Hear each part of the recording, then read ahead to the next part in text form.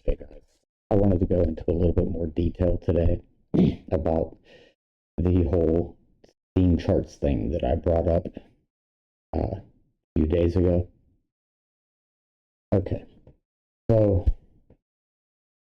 the whole issue that happens whenever creators are only taking partial data and giving that to their viewers is they're projecting a false narrative of the situation, especially whenever it comes to single player games.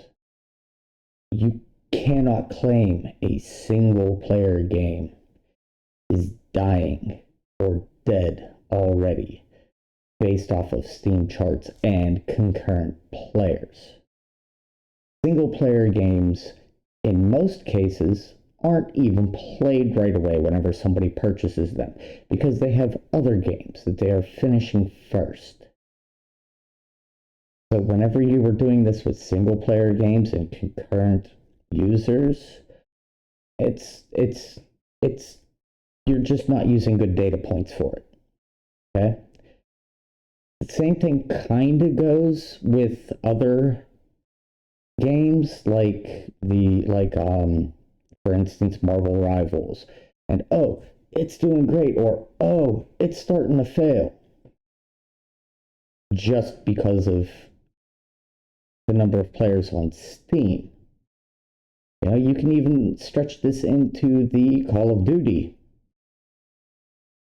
discussion with how people say that game's dying. That game is not dying. You forget that Call of Duty, whenever it comes to that game in particular, PC players use the Battle.net version more. Why do they use the Battle.net version more? Because it's more stable than the Steam version. That's why. You have to take these things into consideration whenever you are reporting on these things. Because at the end of the day, if you're only giving partial information, you are misleading your viewers, you are hurting those developers and the games that they made, because you are giving people this idea, this false idea, that the game is no good because you claim that it's dying based off of these things. So please find another metric to use. Something like we could go with downloads, for example, especially with single player games. If a game is still being downloaded, that means a game is still being played. That would be a much better metric to use whenever you are trying to claim that a game is dying or not.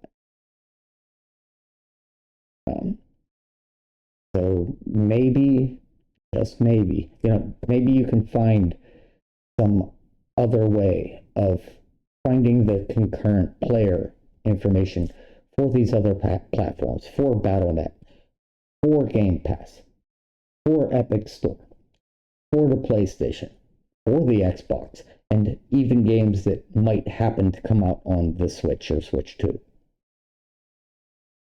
Unless you were providing every data point, you can't say a game is dying.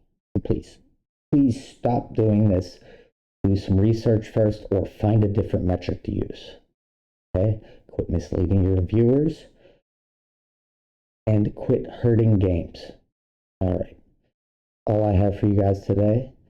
I'll catch you in the next one. Peace out.